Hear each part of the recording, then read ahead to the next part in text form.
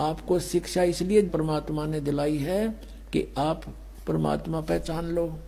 न इस रोजी रोटी के लिए इस शिक्षा की कतई जरूरत नहीं थी। पहले हमारे पूर्वज थे, अपना सिंपल वे से कच्ची झोपड़ी डालकर मकानों में गुजारा करते थे। 20-20, 10-10 पीढ़ी ऐसे पार होगी, निकल गए यहाँ से टाइम पास करके। और जब से ये शिक्षा मिली है हमें, इस भौतिक सुख तो गणा दिखा, पर दुख टेंशन बिना गिनती की होगी। अब इसको देना अनिवार्य था नहीं, पहले परमात्मा ने ये विष आपके ऊपर नहीं आने दिया। अब इसलिए ये शिक्षा आपको इसको बहुत अच्छा मानते हैं, लेकिन अच्छा ये इस दृष्टिकोण से तो अच्छा है कि हम भगवान पहचान लेंगे अब बस, और बाकी डॉक्टर बन गए, इंजीनियर बन गए हैं, और कोई IAS IPS बन गए।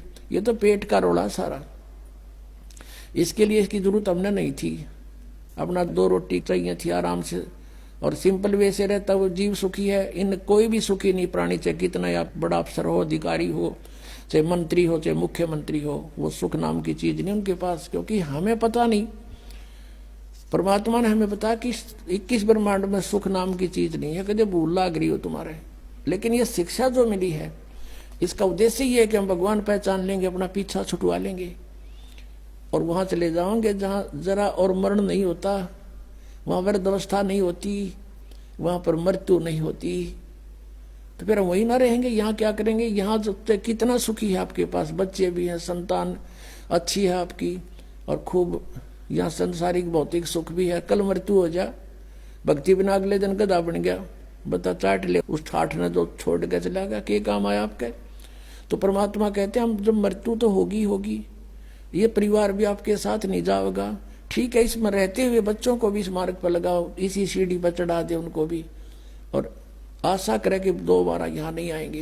हे भगवान, सपने में भी नहीं सोचा फिर जन्म हो मेरा आया, फिर जन्म हो गया, या दुर्गति फिर शुरू है। जो ई सफर कर रहे हो आप, ना जाने कब ये पूरा हो जा, कब छोड़ के जाना पड़ जा। ऐसे कहर में हम रह रहे हैं, कति निश्चिंत ठाठ बना रहे हैं, नाचे कूदे भंगड़े पावे ऐसे गंदे लोक में, और नाचन कूदन का, गाने सुने, फिल्म देखे, ये कैसी रुचि बन जाती है आप लोगों की। फिर आपका छींट नहीं लाग रही इस ज्ञान की, आपने समझा नहीं इस परमात्मा क्या कहने आए थे हमारे लिए, तुम कहाँ पड़े हो और निकलो यहाँ से। फिर हमारा छींट नहीं लगी अभी, तो हमारे गहराई से जख्म बनना चाहिए अंदर शरीर में, आत्मा में, कि हम कहाँ रह रहे हैं।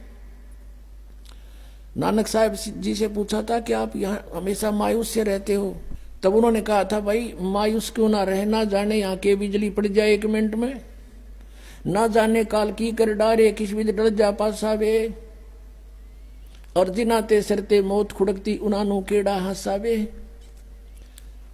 एक विवाह हुआ, विवाह की तैयारी थी, लड़के वाले नाचों कूदन डीजे ला रखे, बहुत मस्ता रखा। अगले दिन बारात जावे थी, 20 किलोमीटर गए थे अपने शहर से, वहां दुर्घटना होगी, दूल्हा भी मर गया और 5 और मर गए। पहले दिन तक डीजे बाजे नाचे थे, अगले दिन समाचार पेपरों में उनकी रोते हुए बिलखते हुए की चित्र देख के आत्मा रो रही थी कि भगवान, हे परमात्मा, बड़ी आंख खोल लिया आपने हमारी।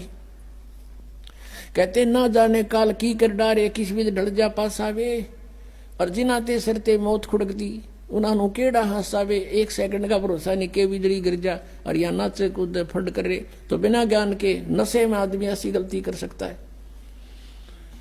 कबीर ये माया अटपटी सब गट आन अड़ी, और किस किस ने समझाऊं या कुएं भांग पड़ी। तो अब ये भांग को उतारने का एंटीबायोटिक कैप्सूल, ये प्रवचन और ये ज्ञान, ये मंत्र रूपी औषधि आपको